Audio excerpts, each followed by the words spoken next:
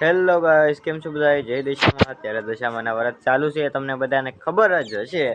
તો આજે હું અત્યારે ધાબે છું ને 15મી ઓગસ્ટ હતી. જો અમારા ધાબા ઉપરથી જો અમે કહો કે અમે ફ્લેગ લહેરાયો છે, તો ઓકે લગાડેલો છે, જોઈ શકો છો તમે. ને અત્યારે હું ધાબે છું, તમને બધાને ખબર છે કે હું જ્યારે વિડીયો બનાવું ને ત્યારે અહીંયાથી જ શરૂ કરું, ધાબા ઉપરથી. ને તમે લોકો દિલથી સપોર્ટ કરો છો, તો તમારો ખૂબ ખૂબ અભિનંદન.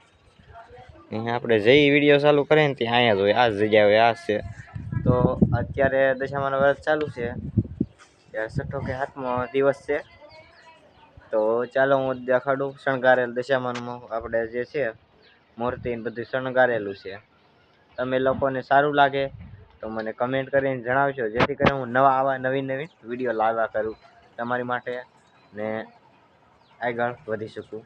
તો તમે લોકો ખૂબ સપોર્ટ કરો છો, તમારો ખૂબ ખૂબ આભાર. તો ચાલો હું તમને એ વિડીયો બતાવું. તો અત્યારે હું અહીંથી પણ ઉતરી શકું છું, અહીંથી પણ ઉતરી શકું છું. આપણે બે સાઈડ છે ને, બે સાઈડથી છે ને મારે દાદરા છે. ત્યારે હું ધાબે છું, આ સાઈડ દાદરા છે ને આ સાઈડ છે.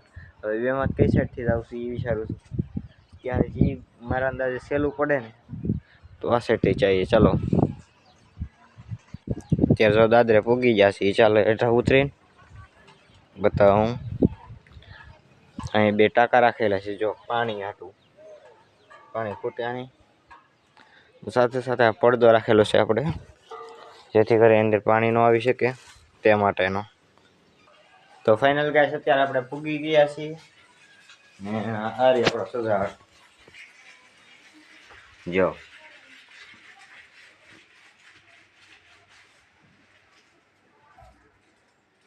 આ ફ્રૂટ ધરેલું છે ને આવી રીતના શણગાર કરેલો છે.